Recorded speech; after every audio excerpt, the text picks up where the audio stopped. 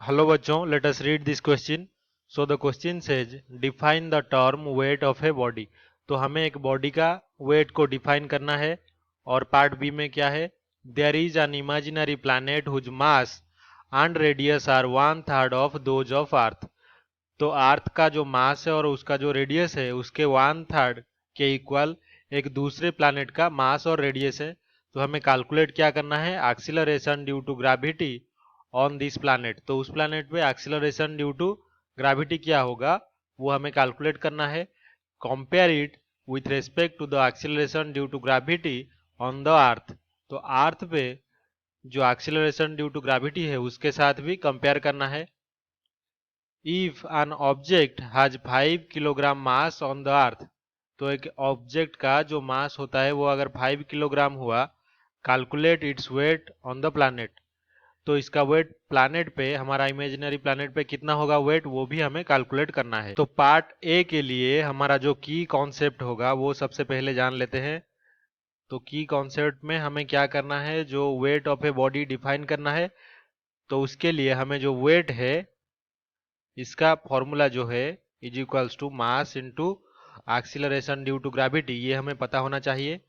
तो वेट को अगर हम डिफाइन करें तो हम लिख सकते हैं it is the force of gravitational pull acting on an object when it is near a planet. तो जब कोई बॉडी हमारा किसी प्लैनेट के नजदीक होता है तो इस पे जितना भी ग्रेविटेशनल पुल एक्ट करता है को हम क्या बोलते हैं, weight of the body. So हम लिख सकते हैं this is known as weight of the object. तो अभी हम पार्ट बी पे चलते हैं. तो पार्ट बी में हमारा जो की कॉन्सेप्ट होगा वो जान लेते हैं क्या होगा.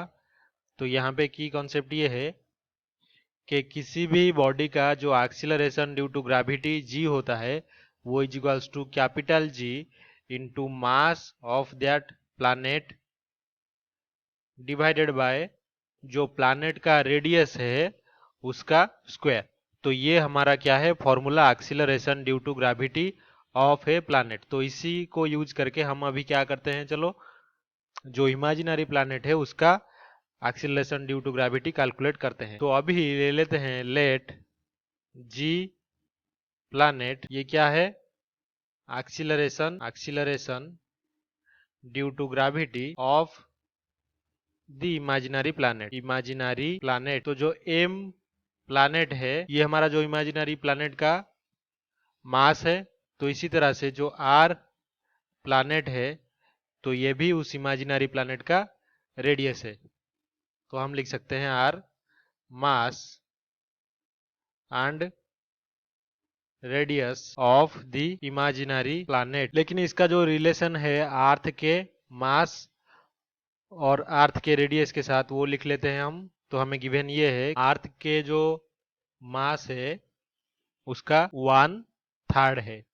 तो अर्थ का मास को हमने कैपिटल एम लिखा था तो उसके 1/3 हो गया. तो इसी तरह से जो रेडियस ऑफ प्लैनेट होगा वो भी कितना है, 1/3 ऑफ रेडियस ऑफ अर्थ. तो अभी अगर फॉर्मूला हम पुट करें, acceleration due to gravity of planet is equals to capital G into mass of planet कितना है, 1/3 of mass of earth divided by 1/3 of radius of earth और इसका whole square.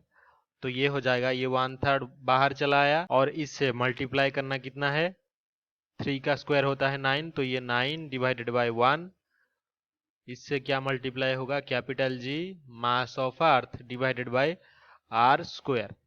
तो ये जो 9 है और ये 3 है ये दोनों एक दूसरे से कैंसिल हो जाएं तो ये 3 हो जाएगा. तो जो acceleration due to gravity of हमारा जो प्लैनेट का है ये इज इक्वल्स टू 3 टाइम्स होगा किसके साथ, acceleration due to gravity of earth. क्योंकि G capital M by R square कितना है, ये अर्थ का एक्सीलरेशन ड्यू टू ग्रेविटी है. तो अभी इसको दे देते हैं इक्वेशन 1. तो अभी हमें जो कंपेयर करने के लिए दिया था कि जो प्लैनेट का एक्सीलरेशन ड्यू टू ग्रेविटी है अर्थ के साथ वो कितना होगा. तो हमें पता है अर्थ का जो एक्सीलरेशन ड्यू टू ग्रेविटी है उसका 3 टाइम्स प्लैनेट का एक्सीलरेशन ड्यू टू ग्रेविटी है.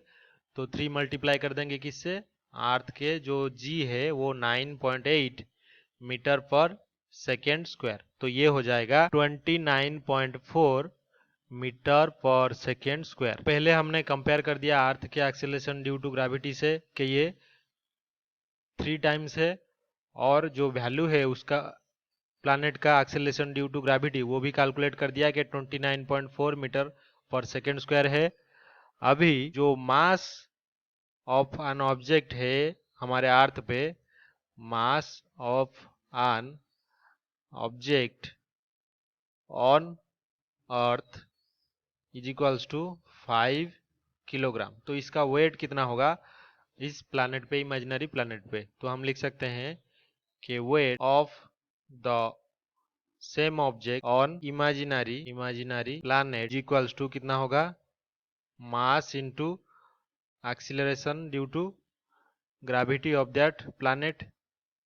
तो यहाँ पे रख देंगे 5 किलोग्राम, क्योंकि मास क्या होता है वो हर जगह पे सेम होता है, into 29.4 metre per second square.